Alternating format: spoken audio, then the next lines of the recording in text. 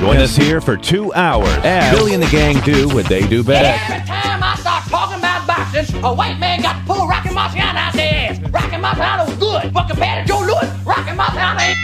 Hit Joe Louis's ass. Joe Louis was 75 years old when he fought. Huh? What? We're supposed to be talking boxing. It's Talking Boxing with Billy C. As Billy C sits here in the multi-million-dollar Talkin' Boxing Studios, sipping a fine wine before you're even out of bed, you should be thinking, damn, I wish I had a mustache like his. It's the Talkin' Boxing with Billy C show. He's Billy C, and you're not. Sucks to be you. Now let's dig into our archives and hear a rare interview when Billy C first became the champion of boxing talk radio. Hello, Billy C. As the new champ, can we ask you a few questions? Why, certainly. Okay, your fans would like to know how you and your corner have successfully walloped the competition. We're not ordinary people. We're morons. Anything else? I'm a victim of circumstance. Did your success finally come when you made the show 5 days a week for 2 hours? What do you think? I'm trying to think, but nothing happens. Now, please tell the listeners what you've learned from making it this far. Certainly. If at first you don't succeed, keep on sucking till you do succeed. Great words of wisdom, Billy C. Keep up the great work as the undisputed People's Champion with your show, Talkin' Boxing with Billy C. Any last words to anyone who's listening? This is your fault, you bonehead.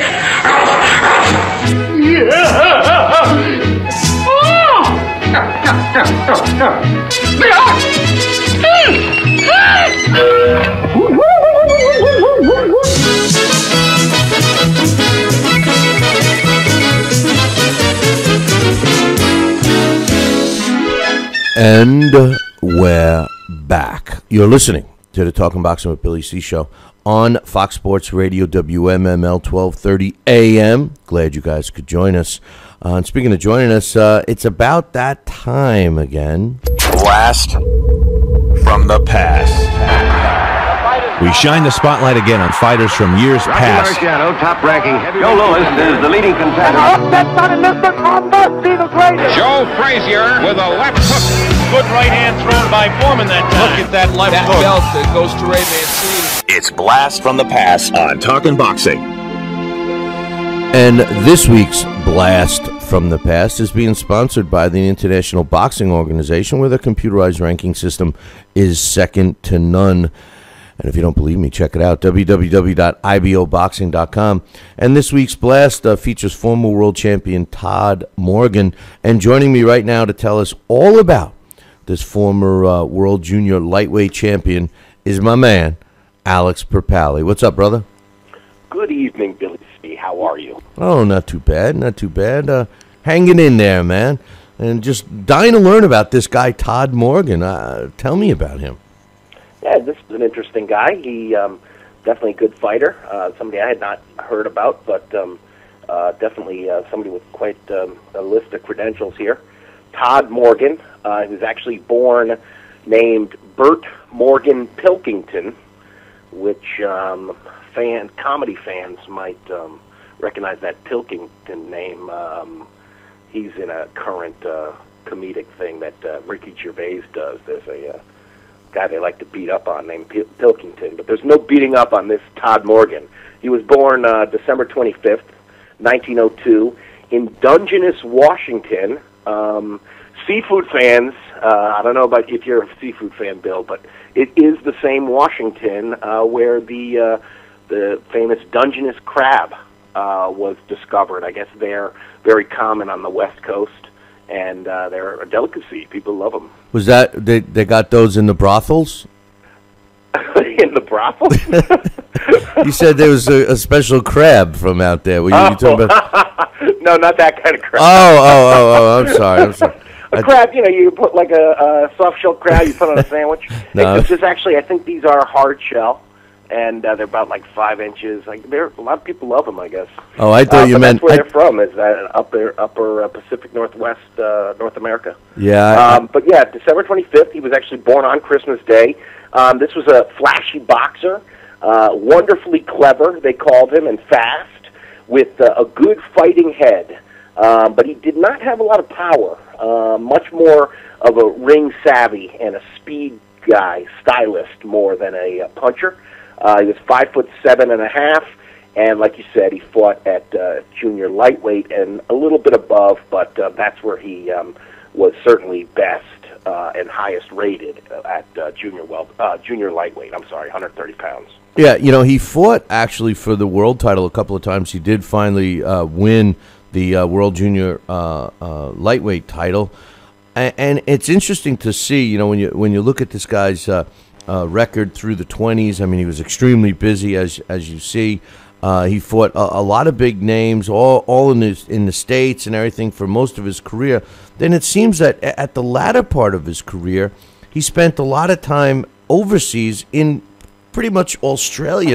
It almost looks like he moved there because from the early 30s all the way up until his last fight, which was in 1942, they all seemingly were in Australia. What was the story about that?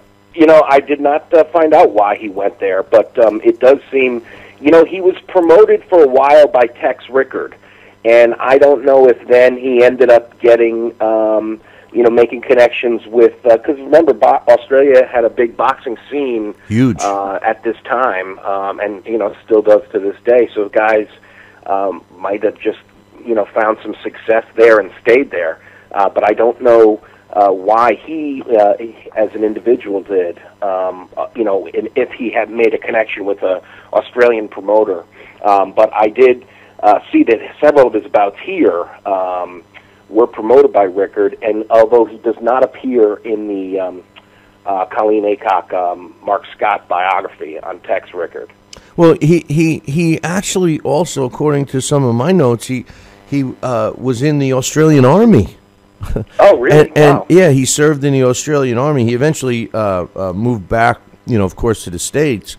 But he served in the Army and had been pronounced dead, that he died in combat. And he ended up walking through the door and shocked a lot of people at his family. I think it was around the holidays. He walked in and everybody had gotten a report that he died in Australia fighting in the war, and he walked home. So kind of a crazy thing, Oh, God, yeah, that must have been, at first a horror for the family, but then such a wonderful relief to actually see him. I did see there's a little bit on him on Wikipedia in terms of his youth. I guess when he was young, his family moved south to California, and that's where he started boxing. And he did, evidently, when his dad died, I guess his dad died in, they found him dead in a motorboat. I guess he must have been sleeping there, it was one of those boats with you could sleep in it. And they must have been some sort of carbon monoxide poisoning or something. But and it did say that he took a break from boxing for a little while. That was in '29. But I couldn't find the source for that, even though they did say it was a Seattle Daily Times article. I wasn't able to access that newspaper through some of my web searches, so I couldn't get any more about that. But yeah, he definitely, I mean, like we were saying, he didn't have a lot of knockout power, but he was in some really good scraps. Those two fights with Eddie Cannonball Martin that you see there in 1928, those were both Rickard bouts. And the second one was during a week of a lot of good fights in New York City, and evidently the rain was horrendous, and it created a delay. And one of the things I found interesting, Bill, is that you were talking earlier about, and they're talking on Twitter a lot today about how many people watched the Manny Pacquiao fight. One of the quotes I saw that was interesting was that they said that second fight with Cannonball Martin was postponed 3 times. Now, they would postpone it because it was going to be outdoors. So if it was going to be on Saturday night, well, it was raining. So they'd say, okay, well, we'll do it Monday night. Okay, it's still raining. Well, we'll do it Thursday night. And I guess they did that 3 times, and there was no loss of interest. I thought that was interesting. That must have been a year that they didn't screw the fans with multiple pay-per-views. Yeah, no, they wouldn't have.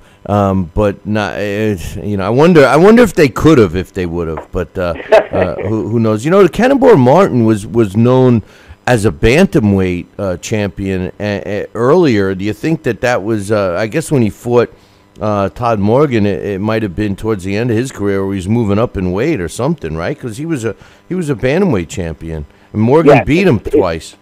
Yeah, it does look like that was the case with Cannonball Martin and also Johnny Dundee. That when Morgan met them in the ring, they were both on the decline a bit. Dundee especially, because that was a really significant win for Morgan, is beating Johnny Dundee. I mean, he's a Hall of Famer.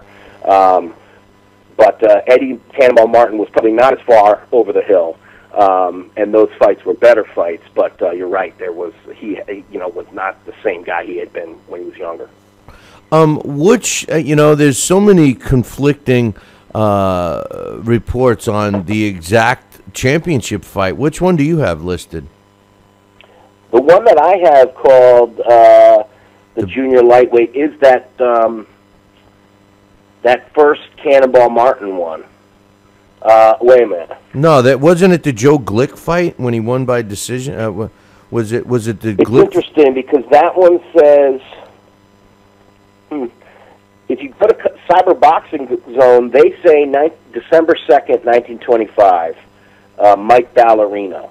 Oh yes, you're right, and that is that's actually according to the Ring record book as well. You're right.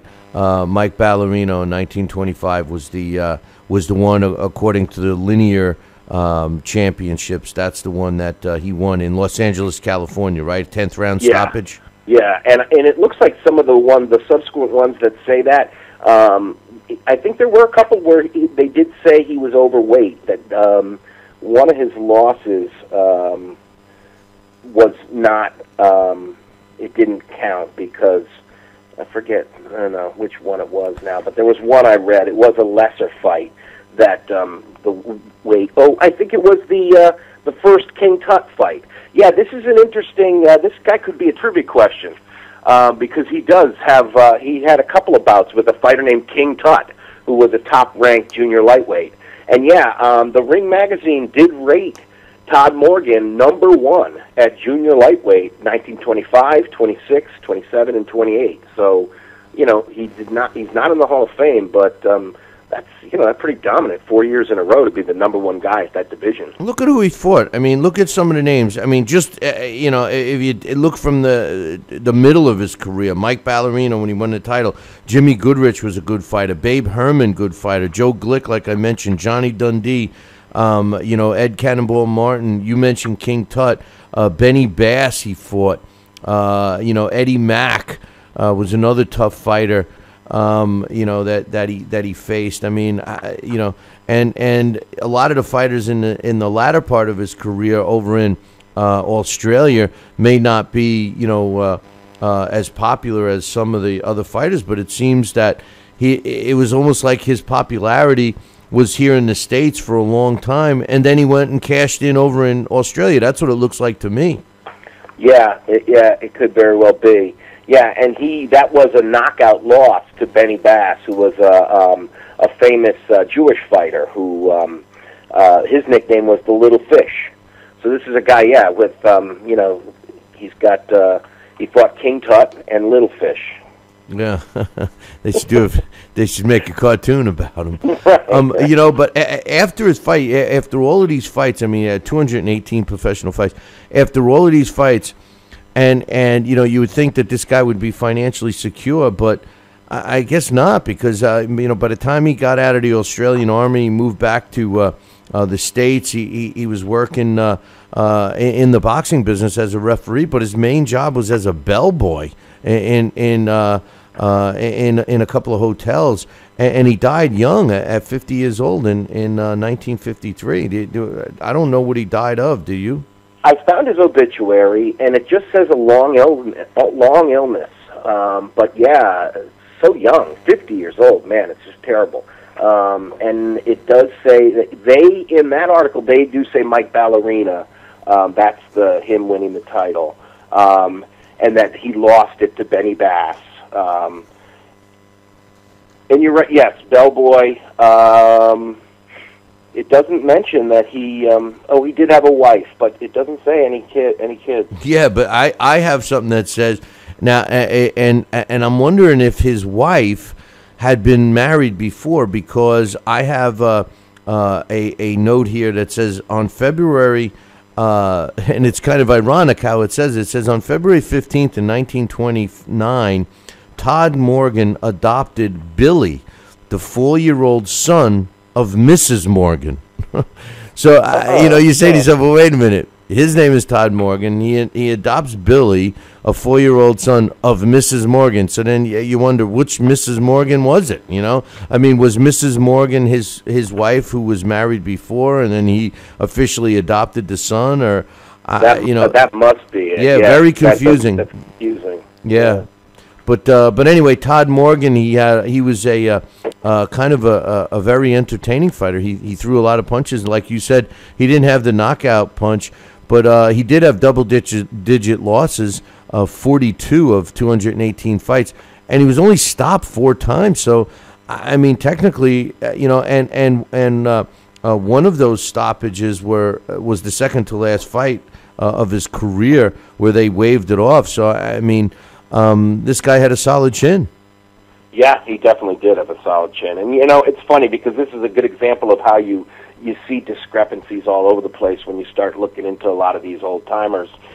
In his obituary, it says he was heavy-handed, which everywhere else it says he did not hit hard. So, that's just it. Sometimes you see just one detail and you might go with the wrong fact.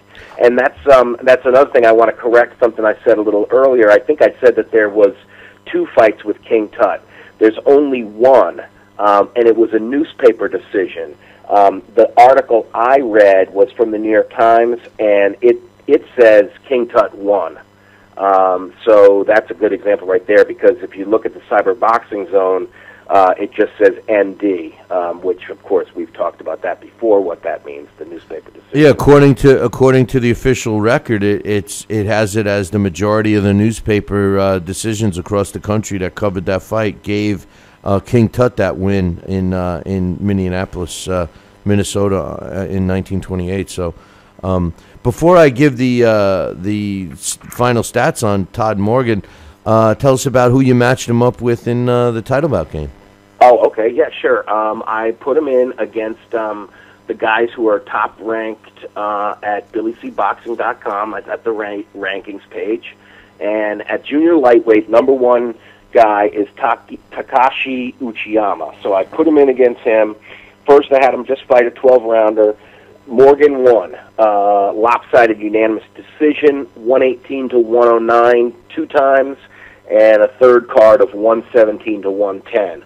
I then made him fight Uchiyama 100 times, and Morgan comes out on top. 78 wins, 17 defeats, 5 draws, and Morgan was able to stop him 19 times. Uchiyama scored 4 wins. 4 wins by KO. Now, for the fun of it, I did put him also against the number 2 guy that you have there at junior lightweight, which is Miguel Angel Garcia.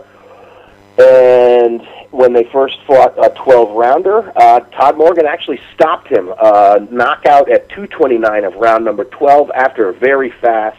That fight sounds like it might have been pretty exciting. He's won by knockout, 12th round. And then I had him fight 100 times, and Morgan comes out on top.